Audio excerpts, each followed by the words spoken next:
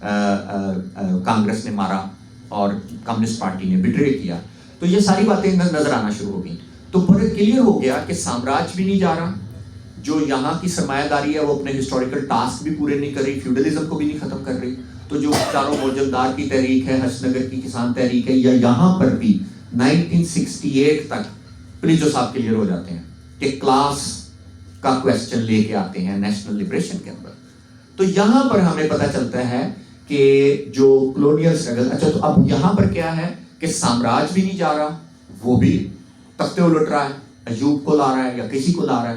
دوسری طرف یہاں کے گماشتہ سرمایہ دار, جو سرمایہ داری ہے وہ کلاسیکل سرمایہ داری نہیں ہے, وہ فیوڈلزم کو بھی نہیں ختم کر رہی, وہ چرچ کے خلاف, پاپائیت کے خلاف بھی نہیں لڑ رہی, یہ وہ سرمایہ داری. تو لہٰذا ان ملکوں میں فینال تک آتے آتے بات کلیئر ہوگی کہ ریولوشن جو ہے اس وجہ سے, کیونکہ ریزیلینٹ ہے امپیریلزم, اس لیے وہ کہتا ہے کہ وائلنٹ تھیوری آف ریولوشن. فینال آپ نے دیکھا ہوگا, زیادہ تر پڑھا ہوگا, پھر کبرال بھی کنورٹ.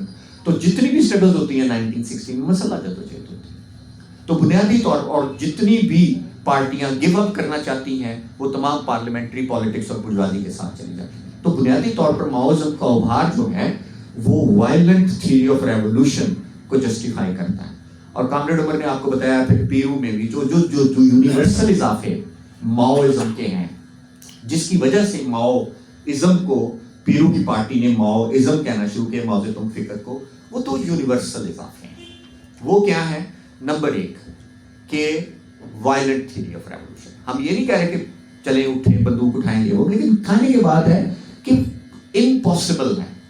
لے کے دیکھ لیں آپ اسرائیل سے, اگر حماس یہ نہ کرتی, یہ اپنا مزاحمت نہ کرتی, تو آپ کا خیال ہے کہ مکمل طور پر ایک سیکولر ملک جو ہے وہاں بن جاتا. آپ یہ نہ سمجھے حماس ہار گئی ہے یا اسرائیل جیت گیا ہے, انہوں نے اور کمزور ہو کر یہاں سے نکلنا ہے. کیونکہ جو باپ لکھ دیا ہے اس مزاحمت نے, یہ پورے مڈل ایسٹ میں میری ایک رائے ہے کہ اسرائیل نے اپنی جسٹیفیکیشن جو ہے وہ کھو دی ہے. اپنا جو اس کا تھا کہ ہمیں ایک ریاست چاہیے کہ ہم پیسفلی رہیں, تو وہ پیسفلی نہیں رہے. تو ساری بات کرنے سے مراد ہے کہیں بھی چلے جائیں آپ, کسی بھی ملک میں چلے, تو ایک تو یہ کہ وائلنٹ. دوسرا اینٹی ریویژنزم. کسی طور پہ بھی آپ نے یہ قبول نہیں کرنا کہ انقلاب آسان طریقے سے ہو جائے گا. میں الیکشن لڑنے کے حق میں یا الیکشن لڑنے کے نا حق میں کی بات نہیں کر رہا, لیکن کیا الیکشن سے صرف الیکشن سے انقلاب آ سکتا ہے؟ نہیں آ سکتا. تو دوسری ہر طرح کی ترمیم پسندی, جس کی بہت سی شکلیں کامریڈ عمر نے بھی بتائیں, تو 2 چیزیں ہیں. اسی وجہ سے ماؤزم جو ہے وہ آج کی مارکسسٹ انقلابی تھیوری کی سب سے ایڈوانس شکل ہے. یہ کمپرومائز نہیں کرتا, یہ کمپرومائز نہیں کرے گا, اور یہ لڑتا رہے گا. اسی وجہ سے پاکستان کے لیفٹ میں بھی, جب اب اگلے ہم کویشچن آنسر میں اس کو بھی کلیئر کریں گے کہ پاکستان میں اس وقت کون کون سے فلسفے کے رجحانات ہیں یا مارکسزم کے رجحانات ہیں, ان کی اسٹریٹجی کیا ہے, تو اس میں ہم اس کو کور کریں گے. تو میں سم اپ کرتے ہوئے یہ کہوں گا کہ گریمچی ہماری تھرڈ ورلڈ کے حوالے سے کیوں ریلیونٹ نہیں ہے, میں نے اس حوالے سے آج بات کی ہے. ایک تو یہ کہ سمپلسٹک ہے, اور اسی لیے ہمارے جو لیزی قسم کے ایکیڈیمکس ہیں ان کو بڑا اچھا لگتا ہے. تمام تاریخی واقعات وہ بڑے آرام سے ہی ایکسپلین کر لیتے ہیں, کیونکہ بڑا ہی آسان سا ہے کہ ہیجمنی میں چلے گئے ہیں, ہیجمنی میں نہیں گئے ہیں. پیسو ریولوشن ہو گیا تھا اس لیے ہم ناکام ہوئے, حالانکہ بھائی پیسو ریولوشن نہیں ہوا تھا. یہ نہ دیکھو کہ برجوازی کی اسٹریٹجی کا کمال ہے, یہ دیکھو کہ ہماری اسٹریٹجی کی ناکامی ہے. تو یہ بڑا دیکھنے کا انداز ہی بڑا غلط ہے. تو جب بھی ہمیں ڈیفیٹ ہوتی ہے ہم دیکھتے ہیں کہ ہم نے کمپرومائز کیا تھا, ہمارے اندر انقلابی اسپرٹ نہیں تھی, ہم اس لیے ناکام ہوئے. وہ کیا کہتے ہیں, بھٹو نے یہ کر دیا تھا, مشرف نے یہ کر دیا تھا, تو وہ پیسو ریولوشن ہو گیا تھا. آلریڈی آپ جاتے کیوں نہیں ہیں, وہ ان کی ہیجمنی میں ہے. یار ان کی دوسری اسٹرگلز بھی اور بہت ساری اسٹرگلز بھی. تو ایک تو اوور ڈٹرمینیشن اور کنٹراڈکشن کا کانسیپٹ میں نے دیا ہے. دوسرا میں نے کہا کہ گریمچی جو ہے اینٹی امپیریلزم پر کمزور ہے.